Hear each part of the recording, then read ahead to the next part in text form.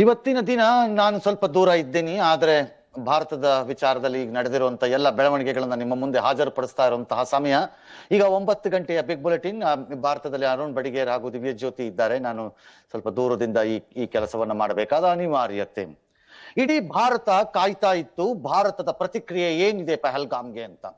ಬಾಲಾಕೋಟ್ ನಲ್ಲಿ ನಾವು ಒಮ್ಮೆ ದಾಳಿಯನ್ನ ಮಾಡಿದಾಗ, ಈ ಹಿಂದೆ ನಡೆದಾಗ, ಪುಲ್ವಾಮಾ ನಡೆದಾಗ ಈ ರೀತಿ ದಾಳಿಗಳನ್ನ ಮಾಡಬಹುದು ಭಾರತ, ಅಂದ್ರೆ ಗಡಿಯನ್ನ ದಾಟಿ ಹೋಗಬಹುದು ಭಾರತ ಅನ್ನುವಂತಹ ಆಲೋಚನೆಗಳು ಭಾರತೀಯರಿಗೆ ಇರಲಿಲ್ಲ.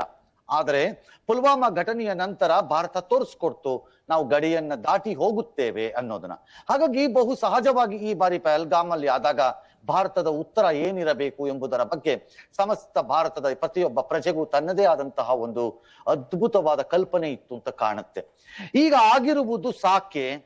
ಈಗ ನಡೆದಿರುವ 9 ಜಾಗಗಳಲ್ಲಿ ನಡೆದಿರುವಂತಹ ದಾಳಿಗಳನ್ನ ಭಾರತದ ಪ್ರಜೆ ಒಪ್ಪಿಕೊಳ್ಳುತ್ತಾನಾ? ಇದಿಷ್ಟೆಯೇ ಶಿಕ್ಷೆ ಪಾಕಿಸ್ತಾನಕ್ಕೆ? ಇದೇನಿದು? ಈ ಎಲ್ಲ ಪ್ರಶ್ನೆಗಳನ್ನ ಈಗ ಬಹಳ ಜನರನ್ನ ಕಾಡ್ತಾ ಇದೆ ಅಂತ ನಾವು ಪರಿಭಾವಿಸ್ತೀವಿ.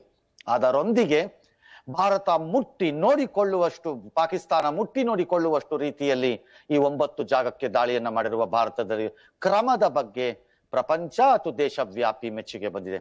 ವಿವರಗಳನ್ನ ನಿಮ್ಮ ಮುಂದೆ ಹಾಜರುಪಡಿಸುವಂತಹ ಸಮಯ, ಮುಂದೇನು ಎಂಬುದನ್ನು ಚರ್ಚಿಸುವಂತಹ ಸಮಯ, ಈಗ ಆಗಿರುವುದು ಸಾಕೆ ಎಂಬುದನ್ನು ವಿಶ್ಲೇಷಿಸುವಂತಹ ಸಮಯ, ಹಾಗೂ ಸಮಸ್ತ ಭಾರತದ ನಾಗರಿಕರು ನಮ್ಮ ಸೈನ್ಯ ಆರ್ಮ್ಡ್ ಫೋರ್ಸಸ್ ಜೊತೆ ನಿಂತುಕೊಂಡು ಈ ಪರಿಸ್ಥಿತಿಯನ್ನ ಎದುರಿಸುವಂತಹ ಸಮಯ. ನಾವು ಮುಂದಕ್ಕೆ ಹೋಗ್ತೀವಿ. ಆದ್ರೆ ಆ ವಿಶ್ಲೇಷಣೆಗಳನ್ನ ತರುವುದಕ್ಕೆ ಮೊದಲು ಈ ಹೊತ್ತಿನ ಟಾಪ್ ಸ್ಟೋರೀಸ್ ನನ್ನ ಕೊಲೀಗ್ಸ್ ಇಂದ. ಪಹಲ್ಗಾಮ್ ದಾಳಿಗೆ ಪ್ರತಿಕಾರ, ಪಾಕ್ ಉಗ್ರರ ಸಂಹಾರ, ಮಿಡ್ ನೈಟ್ ಏರ್ ಸ್ಟ್ರೈಕ್ 80 ಉಗ್ರರು ಫಿನಿಶ್, 21 ಟೆರರ್ ಕ್ಯಾಂಪ್ ಮಟಾಶ್. ದೇಶದ ಹೆಣ್ಣು ಮಕ್ಕಳನ್ನ ಕೆಣಕಿದ್ರೆ ಹುಷಾರ್, ಆಪರೇಷನ್ ಸಿಂಧೂರ ಮೂಲಕ ಪ್ರತಿಕಾರ, ಇಡೀ ರಾತ್ರಿ ಪಣ ತೊಟ್ಟು ಕೂತ್ರು ಮೋದಿ.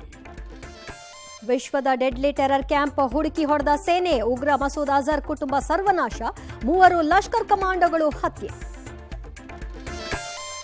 ಪಾಕ್ ಉಗ್ರರನ್ನ ಬೇಟೆಯಾಡಿದ ರಣರಣ ರಫೇಲ್, ಶತ್ರುಗಳನ್ನ ಅಟ್ಟಾಡಿಸಿದ ಕಾಮಿಕೇಜ್ ಡ್ರೋನ್, ಎದುರಾದ JF-17 ಫೈಟರ್ ಜೆಟ್ ಉಡೀಸ್.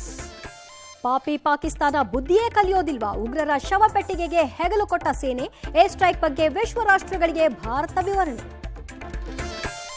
ಇದು ಹೊಸ ಭಾರತ, ಇದು ಹೆಮ್ಮೆಯ ಕ್ಷಣ.